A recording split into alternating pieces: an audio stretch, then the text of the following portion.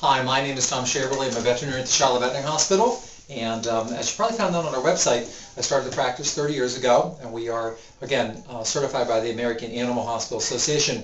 My intention with this brief conversation is to talk about ear disease. It's been reported that ear infections are the most common reason people do visit veterinary practices. I think it's a toss-up between ear disease and allergies, and in fact allergies can even cause ear disease, and that we're going to discuss. I believe that with the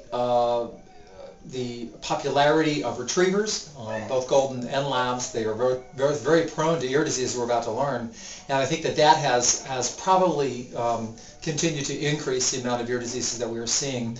This year being 2009, we had a very damp spring, a very damp summer, so ear infections have been seen very frequently. So what causes ear infections? Well, there really are two general causes. The very first cause, the primary in this case again, ear mites. Another primary cause would be allergies. Allergies to goldenrod, to trees, to grasses, and so on. And that'll be on another YouTube site, by the way, discussion on allergies. The second, which is much more commonly, would be something called secondary causes. Well, it just so happens that the breeds even that we talked about, labs and other floppy-eared dogs, have a much more likelihood of ear infection because of that flap that sits over top the ear canal.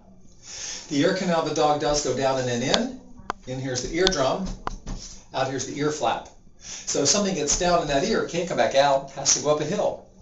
Our ears, by the way, go straight in, into the eardrum, so we get a lot more air movement. So in this case, again, damp, dingy environment inside with this big old flap over top. So we end up with chronic disease. So another problem when we have infection is that the wax glands start getting a little carried away. They start increasing the amount of wax being produced, and that doesn't help us because that starts to fill that darn ear up with wax, and that again sets up the ear makes the ear more prone to infection. So it can become a problem. We just have this chronic, waxy, damp environment that leads to ear infections that go on and on and on. So 3 ways we treat ear infections at the Shiloh Veterinary Hospital. Number 1 is just cleaning the ear out really well and using the appropriate medication. We want to find out if it's a yeast, find out if it's a bacteria, and then what's the best medication. Then you clean at home, and use that medication for 1 to 2 weeks. Step number 2 is called an ear flush.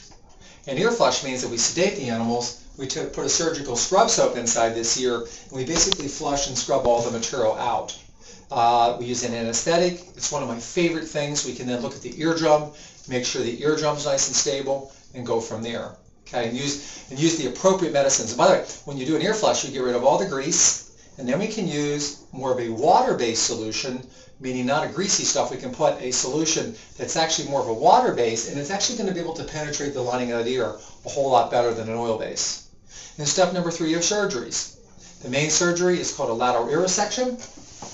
I've done these for 30 plus years, and basically you remove that entire outside ear canal, and what that does, it creates a human ear. And you can see then lots of air can then get in that ear. And that's really for our chronic extreme cases. So anyway, just an overview on ear disease. If you have any questions, please, we'll be happy to see you and see your pet, give you a second opinion, or we need to talk. If you're one of our clients, then we need to discuss a little bit more in detail various treatments. I'd be happy to do it.